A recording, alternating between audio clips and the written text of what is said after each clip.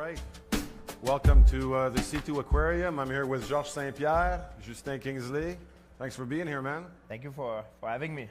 Well, listen, I want to start with the obvious question because in the last few months, we know after the Hendricks fight that there was a great deal of many questions surrounding what you were going to do. You took a hiatus, and then recently we heard you were going to come back and fight Michael Bisping, but it looks like that fight may not happen. So can you tell me what's happening? And I heard something about a minor surgical procedure in January that slowed things down. So what's up, George? I was advised to not discuss the real matter of why I was taking a longer time to come back. But now that things are turning to a negative, I'm gonna say the truth about it. As a pro athlete, we never want to mention health issues, the injuries. But I did add a medical problem to my eyes. I needed to have a surgery done.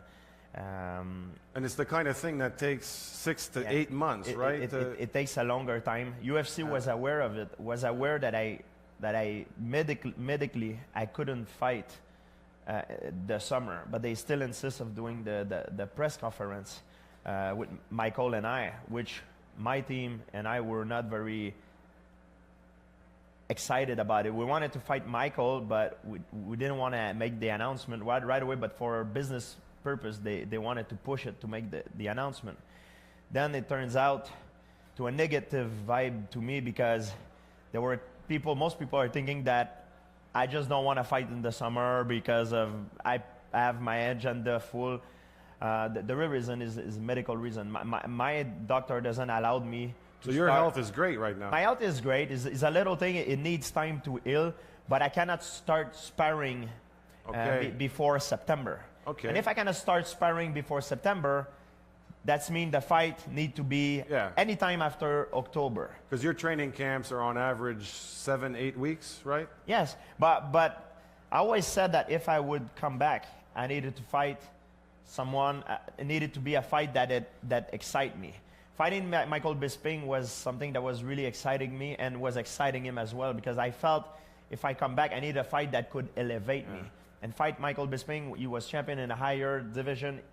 It was exciting me. It could elevate me, and also. And you could elevate him.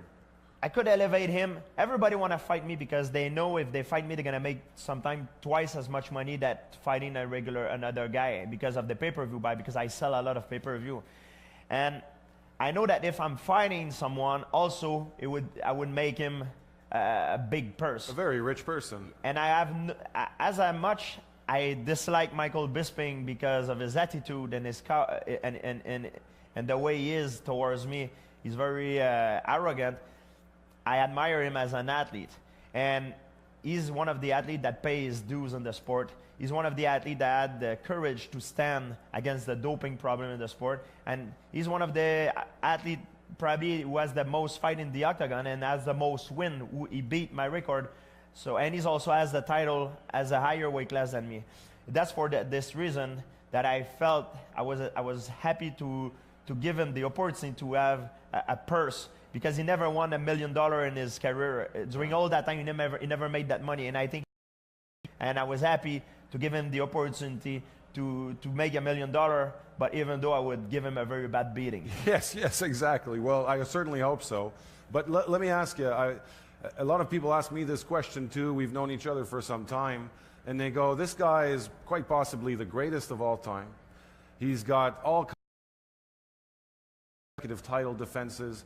The people who, people like Anderson Silva, I think their shine is gone a little bit from their record, and they're like, why? George doesn't need the money. He doesn't need another win. What is it that's inside of you that made you say, I've got to come back and I've got to get back in that octagon and I got to fight again? A guy who's... First of all, I do not believe I'm the greatest of all time. I believe the greatest right now of all time is Demetrius Johnson, and sadly, he doesn't have the popularity that he deserves. Yeah. Secondly, the reason why I wanted to come back, I take a lot of risk, of course, I put my legacy on the line. That's why I need to be someone that it excites me and can elevate me. Everybody is dangerous in this game. There is no coward in this game. There is people that makes more money, that sells more than others. There's people that have more skills than others, and everybody want to have more money. It's a sport that, unfortunately, most guys, they don't make a lot of money. Starving. Everybody's starving. They all pissed off. They want to make more money, and that's for the reason that I'm the target. Also, why I want to be back is because of the regret. I've done a lot of stupid things in my life, and most of a lot of things that I'm not proud of that I've done. But the thing that I'm the most stuff that I have not done. I don't want to, for example, 60 years old, thinking about my life and telling myself I had the best infrastructure I ever had. I was in the prime of my career, of my shape. I was an opportunity to come back to rewrite the story, and I didn't do it. Yeah. That's regret that I don't want to live with. But I remember being at your house one night, and we're watching the fights. It's a Saturday night. There's a lot of house on the sofas. But at some point, I leaned back like this, and I looked over, and there you were. You're looking right back at me, and you showed me your hand, and it was shaking. And that's when I understood for the first time. I think, okay, maybe it's okay, but what's that feeling? What's that urge? How do you explain that draw to get back in there? Is it like a drug? But I would say that if I come back and I'm not successful, I'm going to retire right away. If I come back, is because I and my training partner and my trainer believe I'm a better version than what I was when I left off. I left off, I had a lot of personal issue and mental issue because I felt I was against the old system. I was not in a happy place. Now things has changed. I don't have a lot of fight left. Yeah. I'm 36 years old. I just turned 36. That's for this reason that the fight that I choose, I want to rewrite the story. I want to take something that is good for the organization, yeah, but also that can elevate me. It has to be a win-win situation. Yeah. In this sport, most of the time, it's only win on the promotion side. Yeah. And I understand a lot of everybody is pissed off about this situation, and that's why I needed to come back and that's why I needed to come out publicly and tell the truth about what's going on, because it turns out to a negative about me. Well, it's funny, I sense a shift in GSP. I sense like a new version of George, because for years, for a decade, you know, the UFC would say, you're going to fight this guy on this date in this place, and you went, okay, I'll do it, and you won. But now I almost feel like it's a guy who's decided, no, I'm going to take charge of my own life, and I'm going to do it my way. Is this true? If you take, for example, in boxing, people that have the same notoriety as me in boxing, they have a choice to choose who they fight. During all my career, I shut my mouth up. I fought whoever they put in front of me. I've done everything they've done. It's only at the end that I decide to talk about the problem, performance-enhancing drug, and that the reason why I left. Now things has changed. Things have changed, but now I've changed too. It has to be a win-win situation. The reason I want to fight Bisping, like I said, is that one of the guys that pays dues in the sport, and I have no longer of coming back and make a cheater a millionaire. That's not my goal. If I fight someone I know he's gonna make money on my back, it's a big risk.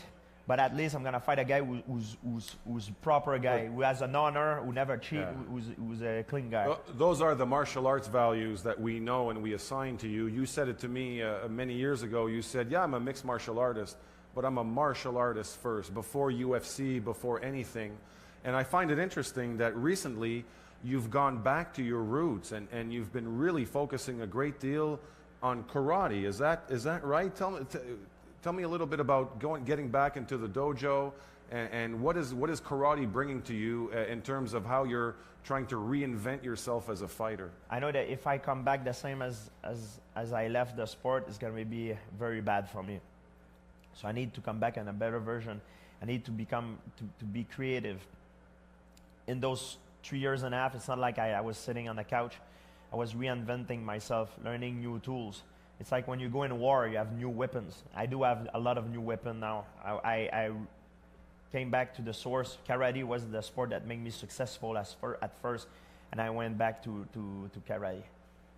All right. Well, George, that's exactly Exactly, perfectly timed. 2 rounds in the octagon, the Aquarium octagon with Justin Kingsley at C2. Georges St-Pierre, thank you very much for being here. Merci, Georges. Make me feel good to clear that off my chest. Glad I could be there for you. Thanks, man.